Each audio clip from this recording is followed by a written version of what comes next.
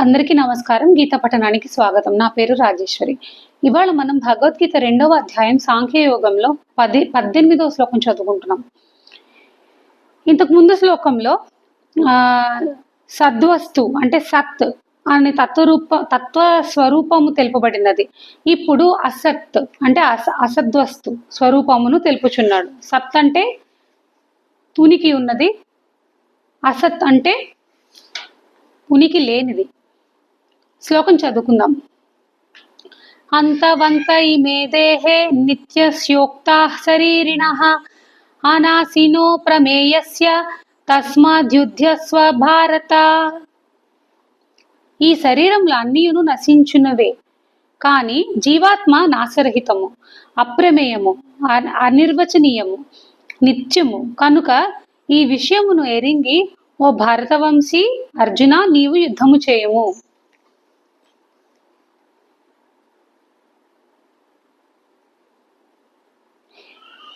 ఇమే అను పదముతో పాటు దేహ అను పదము దేనిని తెలుపును? ఇవన్నీను అంతవంతః అని తెలుపుటలో అంతర్యమేమి.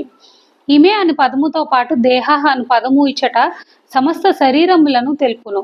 అంతవంతః అను పదమును ప్రయోగించుట ద్వారా అవి అంటే ఆ శరీరములు అసద్వస్తువులు అనగా నశ్వరములు అని స్పష్టము చేయుట జరిగినది. అంతఃకరణేంద్రియములతో సహా శరీరములు అన్నీ నశించినవియే. స్వప్నము నందలి శరీరము సమస్త జగత్తు నిజముగా లేకున్నను ప్రతీత మగుచుండును.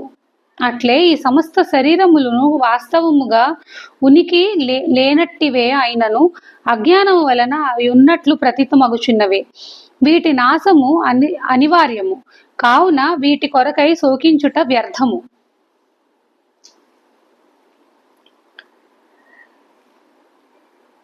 ఇక్కడ శ్రీకృష్ణుడు అర్జునునితో ఇప్పుడు ఎందుకు వాళ్ళు అవతల తన స్వజనులు చనిపోతారనే బాధతో కదా నేను యుద్ధం చేయను అంటున్నాడు. కానీ శ్రీకృష్ణుడు లేదు, నువ్వు యుద్ధం చేయాలి, వాళ్ళకి ఏమైనా అయినా కూడా అది ఎలాగైనా జరిగేది ఎలాగో జరగక మానదు, నువ్వు యుద్ధం చెయ్యాలి అని చెప్పి ప్రోత్సహిస్తున్నాడు కదా కృష్ణుడు. ఈ రకమైన ప్రోత్సాహము ఈ రోజుల్లో మనకి పనికిరాదు యాక్చువల్గా. ఆ రోజున ఇప్పుడు మనమే ఉన్నాము, మన దేశమే ఉంది. మన దేశానికి యుద్ధం చేయాల్సిన టైంలో ఒక యోధుడు, అక్కడుండే సోల్జర్, నేను ఇప్పుడు యుద్ధంలోకి వెళ్తే నేను చచ్చిపోతాను సంగతి వేరే విషయం,